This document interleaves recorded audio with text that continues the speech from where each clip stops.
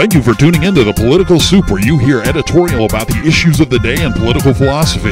Your hosts are Nick Alex, our progressive, Dana and Pugh, our conservative, Paul Laws, our classical liberal, and here is our moderator and your host, John Toll. Welcome back, everybody, to the Political Soup podcast. I am John Toll, and I am your moderator for this evening. And, of course, we have the guys you're used to seeing by now, Dana, Nick, and Paul. And they are our right and left, and, well, we'll just call him the L for libertarian viewpoint, or classic liberal as he prefers, for Paul. Tonight we're going to be talking about the fiscal cliff. Specifically, the article that we're looking at is from CBS News tonight. It's the House GOP make their fiscal cliff counteroffer, and we'll have the link somewhere down here, over there somewhere. Anyway, you can read the article and catch up with us later, but basically it's the entire argument where the left and right are having a difficulty agreeing on what to do, and if they don't come to a compromise, we will fall off the fiscal cliff, which is to say we will default back to what the law from several years ago said would happen if nobody could make a decision and come to a compromise, which is going to create some huge major differences in taxes and major budget cuts to a lot of government programs, which a lot of people are theorizing would be a major hit to the economy and possibly cause recession or something worse.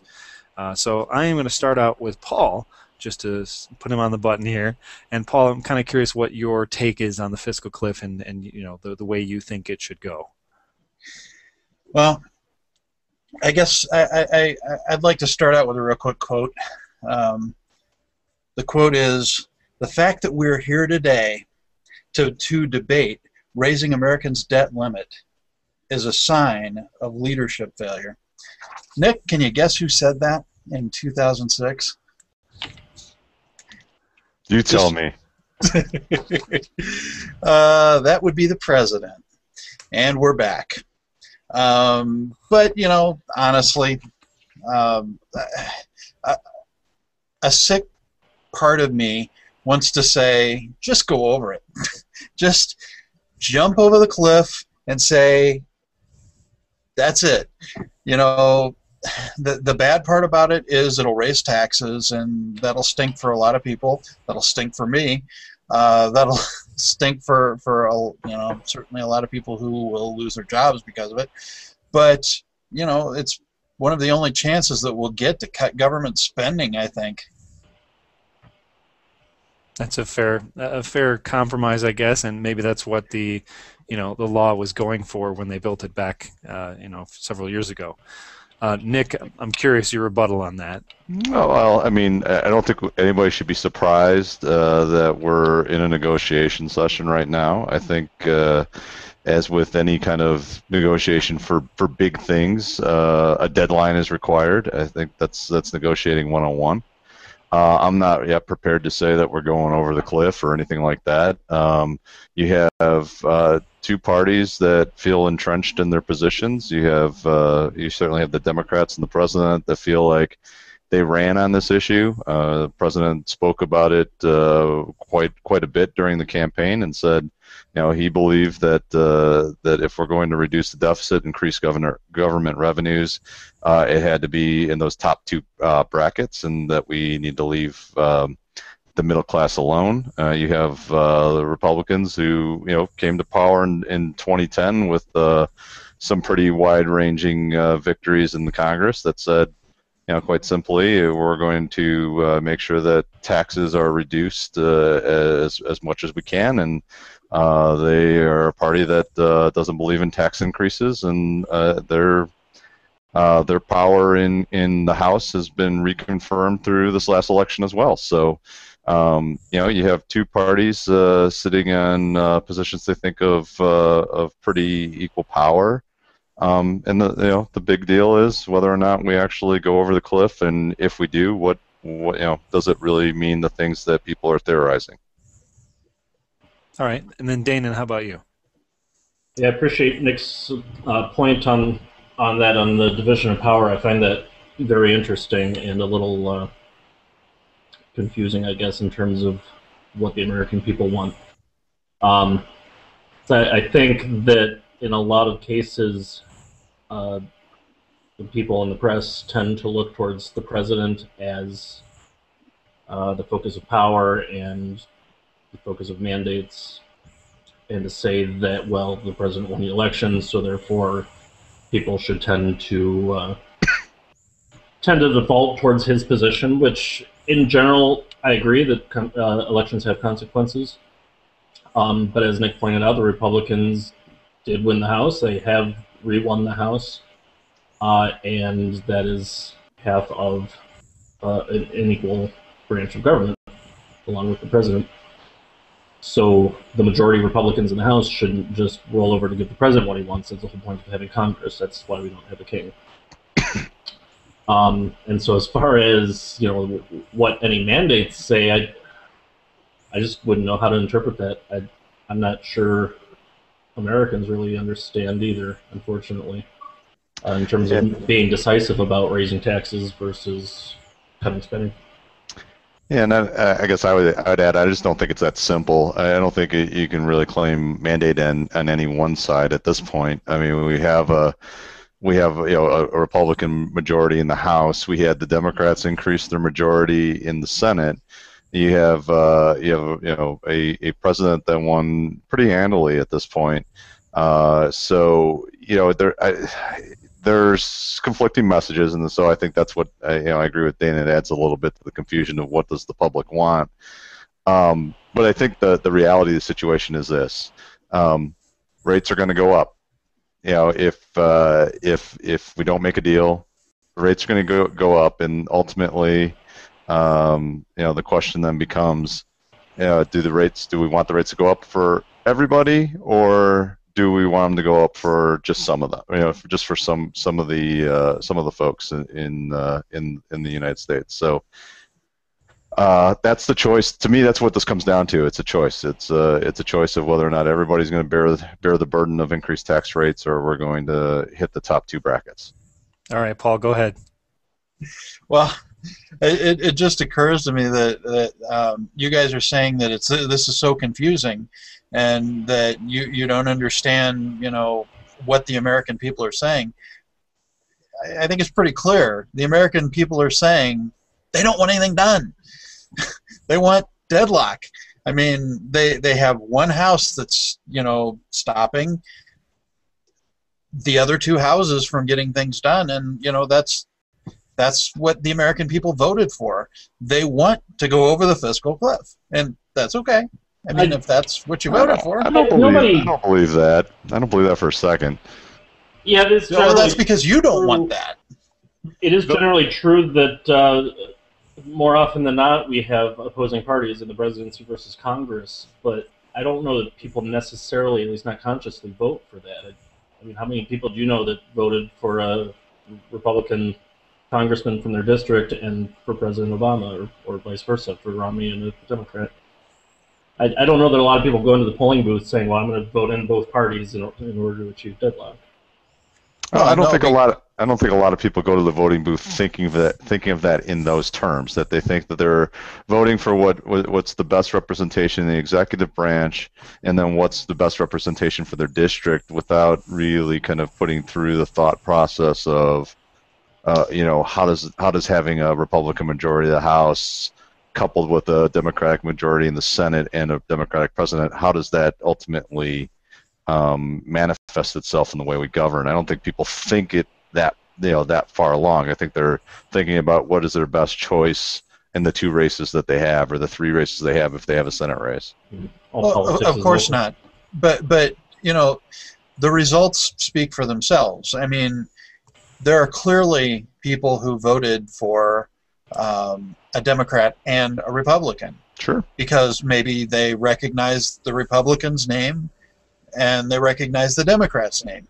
But, my point is, through doing this, they're voting for deadlock, whether they know it or not, whether they like it or not. Now, personally, I love it. I mean, I'd love it if they got nothing done in Washington. If everything just stopped, that'd be great. Right, and that's the libertarian point of view, Paul. So that's understandable. And I think you really say that because you say that because that's the end. That's the end of the government. Is that why, or?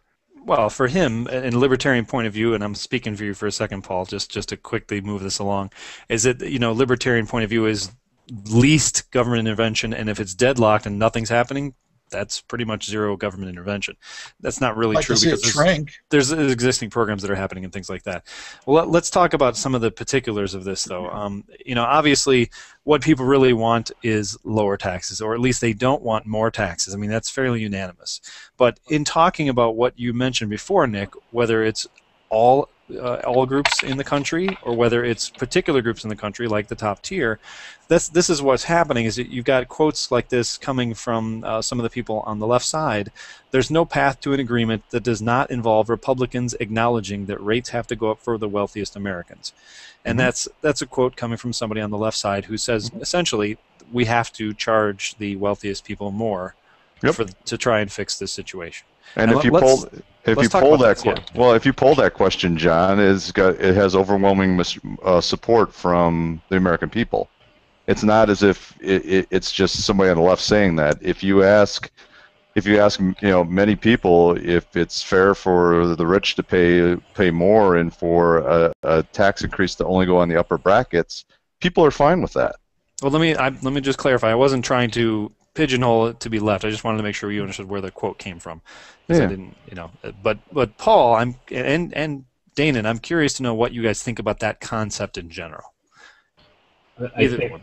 I think it's extremely short-sighted and is kind of typical of the superficial view on the workings of government.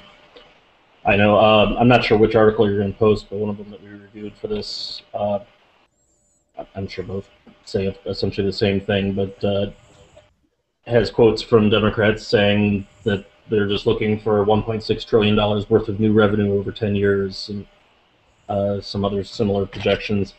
It's such a one-dimensional view to say, well, we raise taxes on people and therefore revenue goes up. And obviously it doesn't work that way. If just raising taxes on people, let's raise them to 95%. Then we'll have all kinds of money. But at some point, we see this in the Laffer curve, at some point revenue goes down. And that's, I think, the basis for a lot of the arguments coming from the Republicans, that raising taxes on the rich will not just guarantee more revenue. At some point, you're going to depress economic activity and result in fewer income taxes and corporate income taxes going to government. Now, Paul, you mentioned earlier that this could cause a loss of jobs. Do you want to go into your opinions on why that is? Well, it's just kind of how it works when you raise taxes on people who actually make jobs. They generally tend to pull the money back and say, well, we're just not going to hire people.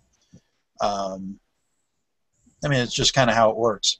And, to Danon's point, I think throughout the history of our income tax system, we have generally our taxes have been roughly 17 to 18% of our GDP anyway. So if you raise taxes, it's going to be 17 to 18% of a smaller pie. If you lower taxes, it's going to be 17 to 18% of a larger pie.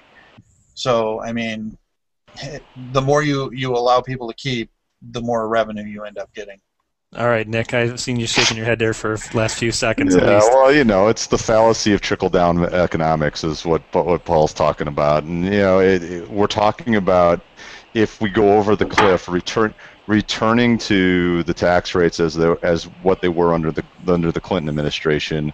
And I think if everybody kind of, dials back to look at what GDP growth was under the Clinton administration, you'll find that the economy expanded at a rate that we haven't seen in quite some time. So, the idea that if we, raise the upper tier tax rates back to that administration, that we're going to see job contraction, I don't buy it. History doesn't show that to be true, and I know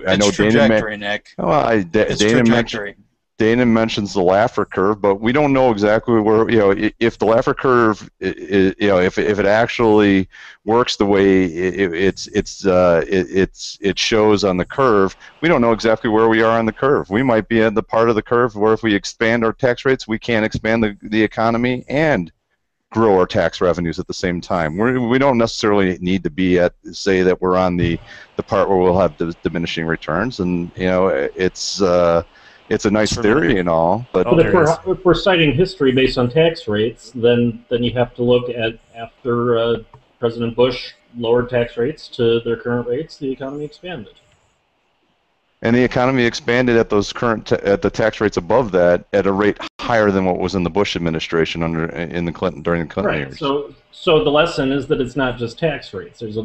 There are a lot more so variables then why? At work there. Of course there is. So why are we so we could play both sides of the argument, and that is, we have a Republican House majority that basically will not put tax rate increases onto the table, and that is off the question. They have their pledges to Grover Nordquist, and basically says they will never, ever, ever, under any circumstance, consider a tax rate increase. And I find that to be part of the issue. That clearly, if you're not going to look at tax rate increases under any circumstances, that's not the means for a deal. Well, I don't see a lot of budging on the Democrat side of looking at lowering taxes either.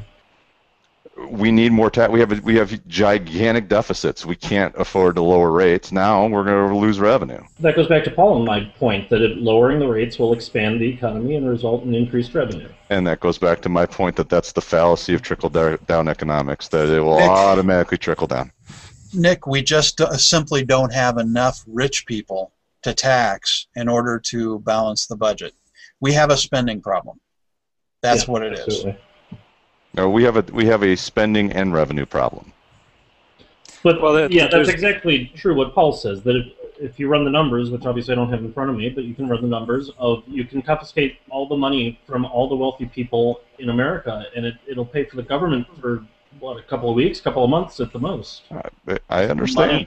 The money is not there. Whether the taxes go up or go down or stay the same, the spending has to be cut. I agree. As an unelected Republican, I'll happily concede the tax rates under Clinton if we go back to the spending that we had under Clinton. That'll never happen, at least not with this president and this Senate and Democrats in the House. Hey, listen, I don't think that we should leave Medicare and Medicaid and Social Security untouched. I think we should be raising the Social Security age. I think I certainly think that there are lots of things that we can do on the spending side to help trim the deficit as well, but it has to be coupled with an increase in tax rates. Come to think about it, if we're going to lower the spending to the rate that it was under Clinton, let's just lower it to what it was under Jefferson. Baby steps, Paul. Yeah. I think baby steps. I'll go with that, and I'll even concede per capita. All right, guys. Rather than an absolute. Let's take a step back from this for a second, and I want you guys to think about this in a different light. From the perspective of someone like me, who's admittedly a moderate, okay, I'm looking at what you guys are saying, and the audience, hopefully some of them are looking at this the same way and going, how can you guys both be, and when I say both, I mean the two sides of the argument. Obviously, Paul and Damon, you're on the same side of this fence. How can you guys have such a diametrically opposed opinion, as Nick was about to say, and be so certain of it and seem to have truth backing you up, and yet apparently there's some major chasm between the two theories. Paul is absolutely certain, and Danon, you brought up the Laffer curve, and take a look at that offline, people. You'll figure it out. It's not hard. It's a sideways horseshoe. There you go. Watch Ferris Bueller, I think. There you go. Ferris Bueller will teach you what you need to know. But the point is that you've got these two theories. How is it possible, and I've asked this question over and over again, and I will ask it again in the future, that you guys can be so certain of this and be so completely opposite, and all three of you would pass a lie detector test? I absolutely believe that. So how does this happen? Somebody tell me. I don't get it. And whoever has an idea first, please throw it out. Well, like I said before, I think it's just because there are so many variables. The situation is so complex that honest people can disagree. You can cite all kinds of statistics, but the world is constantly changing. You can cite different tax rates, but then there's different issues as far as the needs of the American people, the technology that's available at the time. There's so many things that are changing. Go ahead, Paul. That it's hard to really put it down into a simple, neat formula. No, I was just adding, but there is an answer. I mean, when you say this, Dan, and you seem to suggest that that the answer is kind of wishy-washy, and it could be no. There is an answer. Right, but I'm suggesting that honest people can disagree. But Sure. I guess what I would tell you is that there doesn't have to be just one answer, Paul. I mean, I think that with any destination or any journey, there are multiple ways to get there, and I think that's a little bit of what Dana is actually saying is that there are times in history that support one argument over another, and it's not as if it's always 100% one way or 100% another way, that one always wins and one always fails. There are just multiple paths to getting what we need, and it's not as if one side is without merit. I mean, I think that listen, I don't agree with either one of you guys, but I think that your arguments have merit. And I would hope that you feel the same way about mine. Yeah, absolutely. Well, you guys wouldn't be on the show otherwise, but this speaks to one of my biggest complaints, though, in modern politics. Not just in the public level, but even among friends that I know and people speaking privately, is the unwillingness to grant the other side some sort of intellectual basis for their arguments. While I think that the left is wrong, I do appreciate the intellectual arguments that some of them make, such as Nick, and it just. I would agree with that. It's just. Sorry. You say but not but no, he said he'll agree with that, but he doesn't agree with the merits of the argument, is what it comes No. to. No.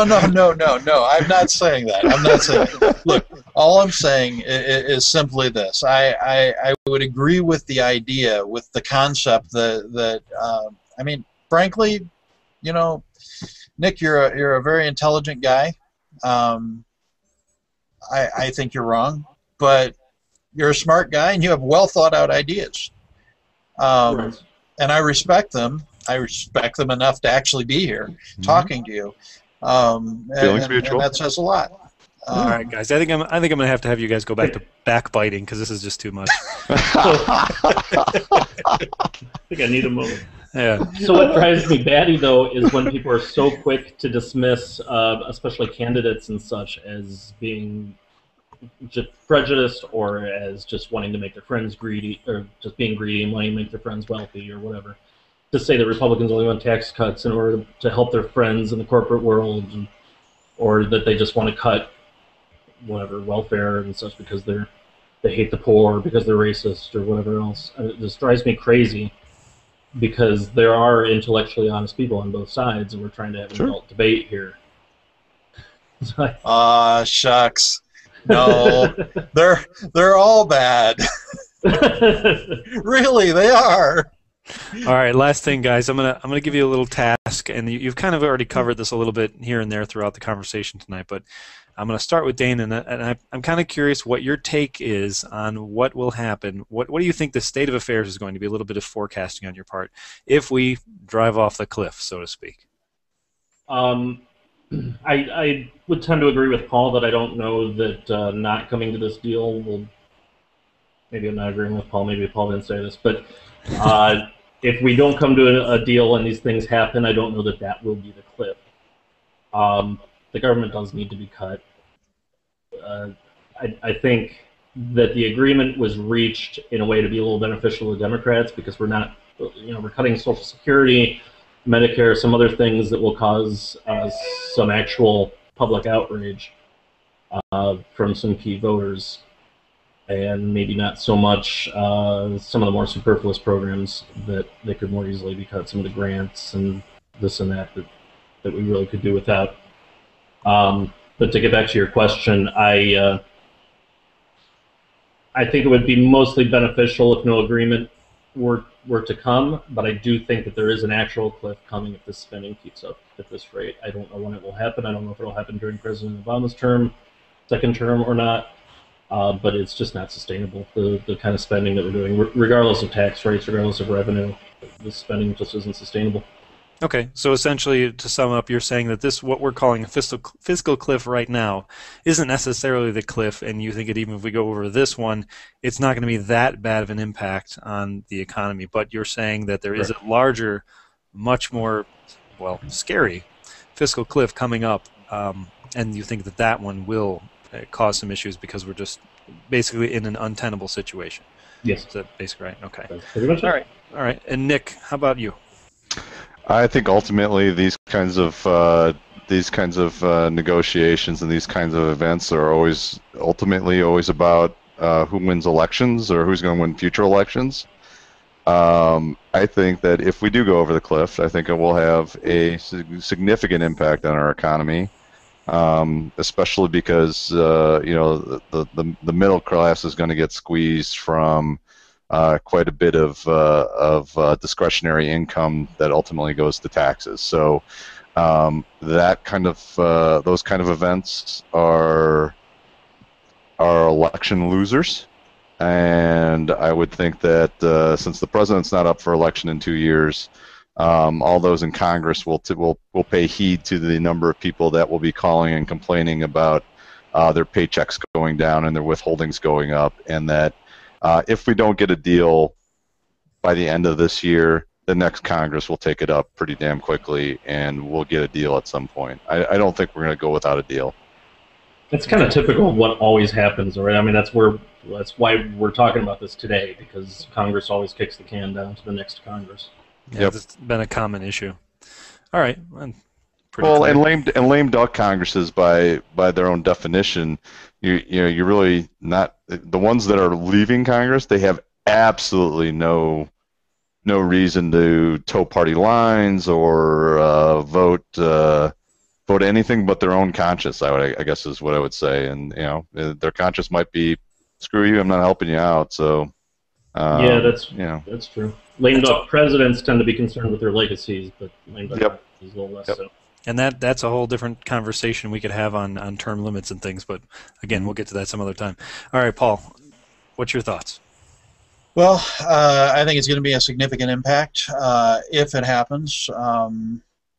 I have a hunch that somebody will fold, at least partially. I think they'll get an agreement. Who do you think will fold? Most likely the Republicans. Just a guess. I don't know that for a fact, but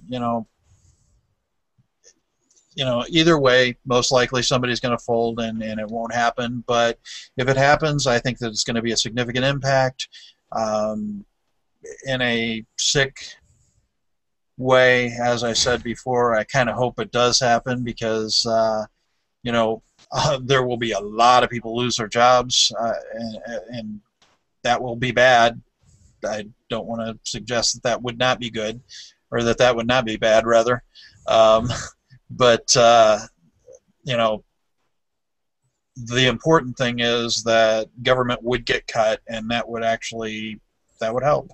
I don't know, maybe it would offset the job cuts enough that it would help out the economy enough that we'd break even. I don't know. It's tough to say. Sorry about that. I was looking for your future prognostication, and I'm sure you looked into your crystal ball there, but if you don't want to share that, that's okay. We'll take your guess instead. All right, guys. Well, I appreciate it, and I think we've probably gotten to a close with this particular topic. If you guys want to discuss below, please feel free to start commenting. Thanks again for your time, Dana, Nick, and Paul, and for you viewers out there, thanks for tuning in. We'll catch you next week. Bye-bye.